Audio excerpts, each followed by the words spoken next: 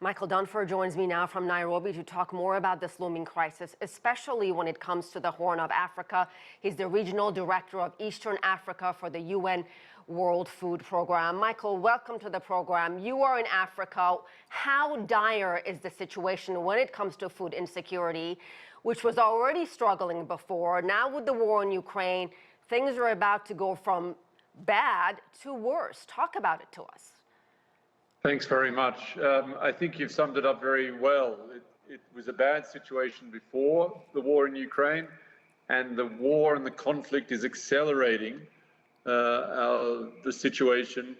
We're extremely concerned. We estimate that there are now 82 million people who are acutely food insecure across Eastern Africa and the Horn. This is a 60% increase since June last year.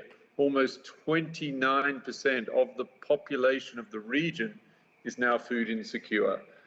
The causes are conflicts that are long-standing, the effects of climate change, the macroeconomic impact of COVID, and now we're seeing this inflationary drive, this increase in costs, and much of this is being accelerated by the war in Ukraine. Michael, 82 million people. That is a staggering number. So what are these people supposed to do, and how can the international community help them?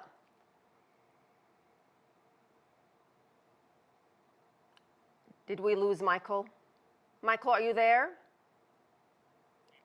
It sounds like we've lost our signal with Michael Dunford, and what a shame, because this was a very, very important conversation. If we get him back, we'll, of course, bring that to you. We're having a conversation with World Food Program's Michael Dunford. Michael, we're so glad you're back with us. We lost you there for a second. We were talking about some 82 million affected by the war in Ukraine when it comes to food insecurity, basically exasperating an already bad situation. So what is the role of international community? What should they be doing to help alleviate this crisis? So at the moment, the World Food Program and the broader humanitarian needs financial support. We have the ability to respond and meet the needs of the people impacted, but we can only do it if we have the levels of funding required. Wow. So you need more money. Effectively. We have a drought, for example, in southern Ethiopia, Somalia, and Kenya. For the next 6 months alone, we estimate we need $473 million to support 7.5 million people. We have the ability to meet those needs, but only if we have the levels of funding. And that type of situation is being replicated elsewhere across the region, be it either due to severe flooding in South Sudan or conflicts in places like northern Ethiopia. Well, the U.S. is contributing $700 million to the international food efforts.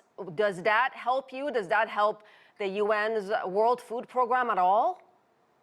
Absolutely. The U.S. government is the largest contributor to the World Food Program. I think they make up almost 60% of our annual budget. So a tremendous support, but we need the US government to try and dig a little bit deeper, but equally we need other governments to step up. We also need the private sector to make a greater contribution to meeting the needs of those who can't meet their own requirements. And of course, another issue, relief and aid agencies, NGOs really stretched to the limit here. Absolutely. You know, the situation in Eastern Africa today is bad. I fear it's going to get worse. But what I'm seeing also in places like Afghanistan, Yemen, Syria, and of course Ukraine, is a situation where the whole world is almost on fire at the moment.